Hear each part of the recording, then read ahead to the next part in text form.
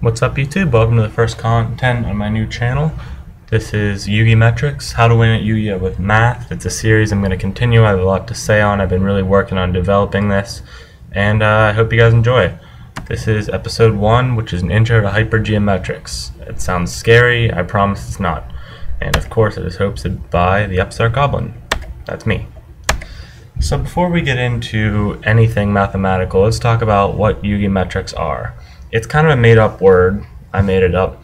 YugiMetrics involve the use of the probabilities to maximize the potential and consistency of your Yugioh deck. So for example, you want to minimize the brick hands while maximizing the amount of plays that you can make on your first turn and later turns by changing the cards in your deck to mirror the best chances. So people will say, why is this important? Why can't you just play the game? Well, I like to make a comparison of Yu-Gi-Oh to chess. Both are very similar games. They are focused around strategy and the players' wits going against each other and making decisions throughout the game. However, Yu-Gi-Oh differs from chess in that if you do it right, you can have your deck be way better than your opponent's, inherently giving you an advantage before the game even starts. And that's the main goal of YugiMetrics, to give yourself as much of an advantage as possible before the game starts so that your plays can make sure that you win instead of trying to let you win. I'm a large advocate of the fact that having the better deck will usually allow you to win, and if you have the better deck, then the only way you're going to lose if you're outplayed. So stepping back from are you the better player, are you the better deck is more fundamental, I would say, but they're equally important. So I calculate the probability of my decks using a theory called Hypergeometric Distribution. I'm going to bring 4 variables and show you an equation. So first we have big N being the population size, little n being a sample size, K is the number of successes in your population, and X is the number of successes you want in your sample. You can put them into an equation that looks like this. Now this is highly statistical and it's pretty advanced math. So let's put it in more Yu-Gi-Oh terms, because I know you're all thinking this. So let's replace the big N's with D for deck size, H for hand size as the sample size, K is the number of any given card in your deck, and X is the number of any given card that you want in your hand. So when we replace those into the formula, you get this. For those of you that are unfamiliar with this C notation I'm doing, I'll explain that in just a minute. But what we're doing here, we're taking, when we do this combination formula, if N is a population size and R is a sample size, this NCR notation is saying of N options, choose R of them in any combination. So for an opening hand, we're going to do of 40, choose 5. Now the way we solve for this NCR, we put an N factorial over R factorial times N minus R factorial. That exclamation point means we're going to take the integer value of whatever that variable is, multiply by all integers lower than it down to 1. So for example, if we had 5 cards in our hand and we're choosing 2 of them, we put N as the number of cards in your hand, which is 5, R as the number of cards you're choosing, which is 2. So NCR would be 5CR. You plug it into the formula, you get 5 times 4 times 3 times 2 times 1 over 2 times 1 times 5 minus 2 factorial, which is 3 times 2 times 1. Do a little math and canceling, you have 10 possible combinations of the cards in your hand. Now going back to the formula we just did here, you can apply that. A deck size is usually 40, so this big D in the bottom of the formula is usually going to be 40. And then H, I like to use my opening hand to calculate my probabilities to make sure that I'm doing the best possible opening and give myself the best chance from the get-go. So the bottom will usually be 40C5 unless you're playing a strange deck or you're contemplating the odds of getting a card when you're going second. Sorry. So on the top, that first combination, KCX, that's the number of any given card in your deck. So we'll get to an example. You know, we're just going to move on and get to the example. So let's talk about my friend Firefist Bob. Bob's Firefist deck plays 40 cards. He wants to know in his opening hand, what are the chances of him opening one of his 3 tankies? So if his opening hand is 5 cards and he has 3 Tenkies in his deck, this same formula will show the probability of him getting 1 copy of Tenki. So let's plug in the numbers, and I color-coded it to make it easier to see. So you're doing 3C1 times 37C4 over 40C5. And those of you who have a TI graphing calculator, you can easily do this. The command is under Math. Go to the left one, it's probability, and then you type in the number, then the NCR, which I think is Math Prob 4 maybe, and then the second number. So you would type 3 NCR 1, and it would give you the number of possible combinations in those numbers. So when we plug that into the calculator, we get that the answer is 0.301, which translates to 30.1% of the time Bob's going to open 1 copy of Tenki.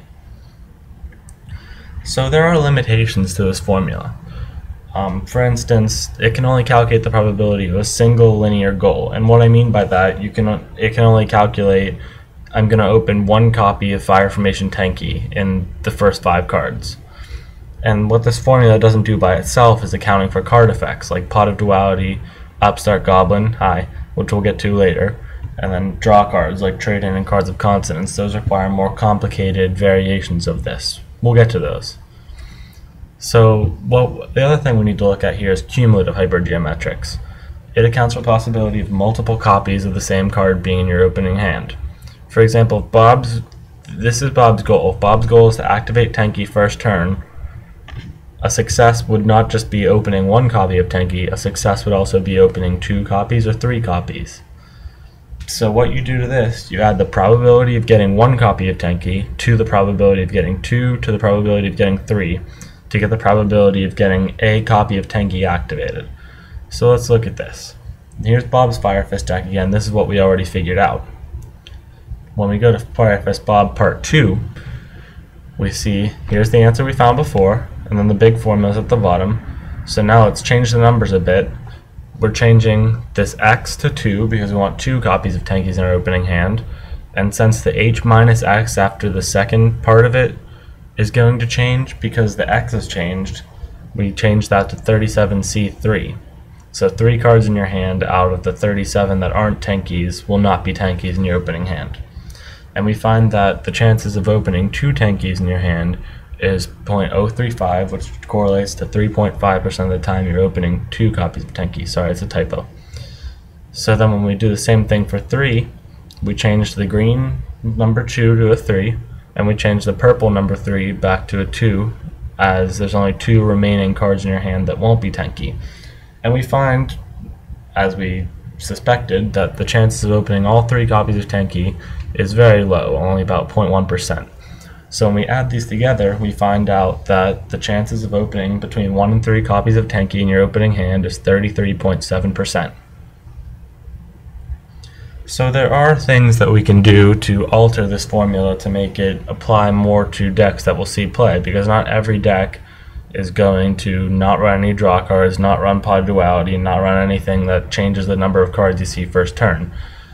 In fact, on the contrary, the best decks are the decks that can consistently be able to see more cards in their first turn. So if we calculate the probability of that and their consistency, let's take TheUpstartGoblin for an example. Since you're on my channel, and I am the TheUpstartGoblin, that's me. So what does TheUpstartGoblin do to this probability equation?